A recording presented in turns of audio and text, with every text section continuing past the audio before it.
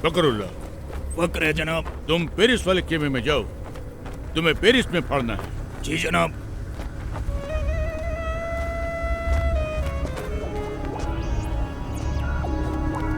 फकरुल्लाह। फकर है जनाब। तुम अमेरिका वाले खेमे में जाओ, तुमको अमेरिका में फाड़ना है। जनाब। फखरुल्लाह। फखर है जनाब। वो तो हमको भी है तुम पर। तुम हमारे साथ आओ, तुमको हिंदुस्तान में फाड़ना है। मुझे हिंदुस्तान में शहीद नहीं होना जनाब।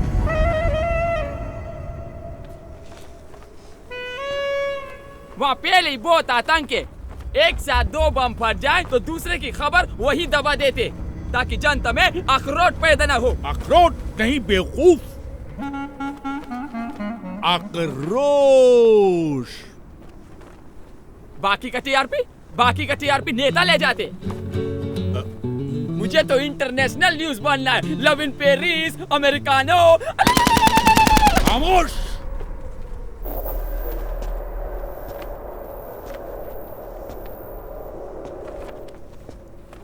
बदअक्ल, बदशक्ल, बेवकूफ, नामाकूल, गुस्ताख। इसके लिए तुझे अंग्रेजी सीखनी चाहिए थी, काफिर की औलाद। अब तुम 2 ही जगह पढ़ सकता है, या पाकिस्तान या हिंदुस्तान। हिंदुस्तान जनाब। अल्लाह, सुभान अल्लाह, बरकतुल्लाह, इंतामुल हक, अल्लाह, ओस्मा बिन लादेन, अल्लाह। आओ मेरे साथ।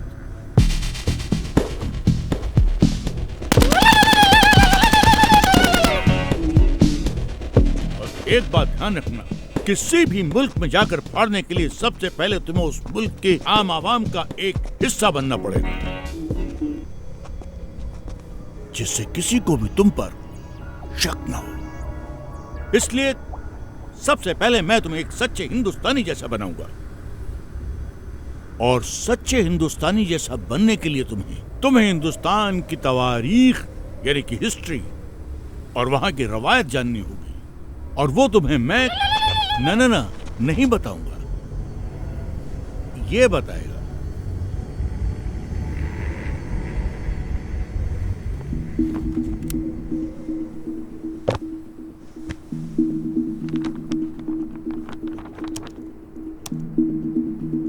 We made a tryst with destiny, and now the time comes when we shall redeem our pledge. Among those Indians who are now abroad, I expect that Indians living in Axis countries or in कोई बड़ी बात नहीं है बिस्मिल साहब। बड़ी बात तो ये है कि जिस्म से टपका हुआ एक बूंद खून आने वाली नस्ल के सारे खून में उबाला ला सकता है या नहीं। बहकेंगे तेरी फिजा में हम बन के हवा का झोंका, किस्मत वालों को मिलता ऐसे। अशरफ अली, अशरफ अली, अशरफ अली। बसंती चोला माहे रंग दे। लेकिन हमारा हिंदुस्तान जिंदाबाद था, जिंदाबाद है और जिंदाबाद रहेगा। हिंदुस्तान जिंदाबाद।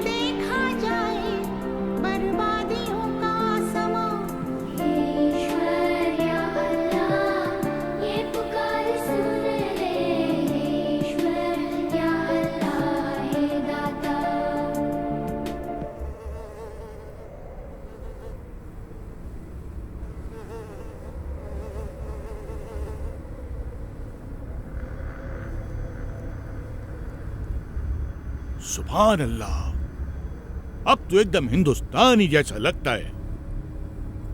कैसा महसूस होता है? एकदम इंसान जैसा।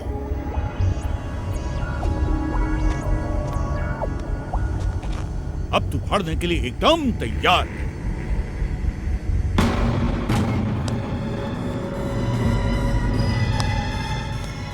जाओ, अब फाड़ दो इसको।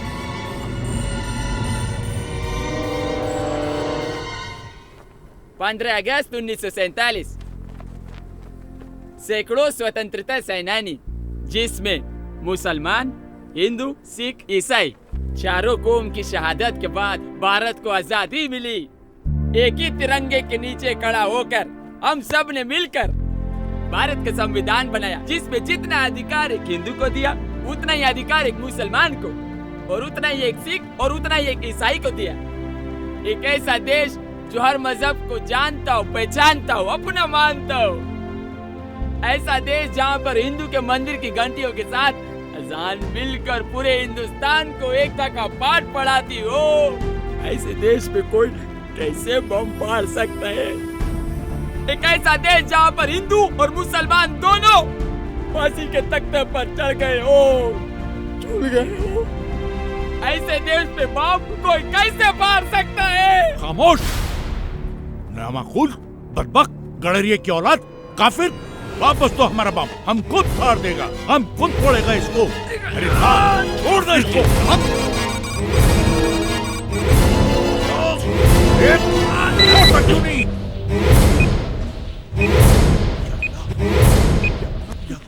या खुदा,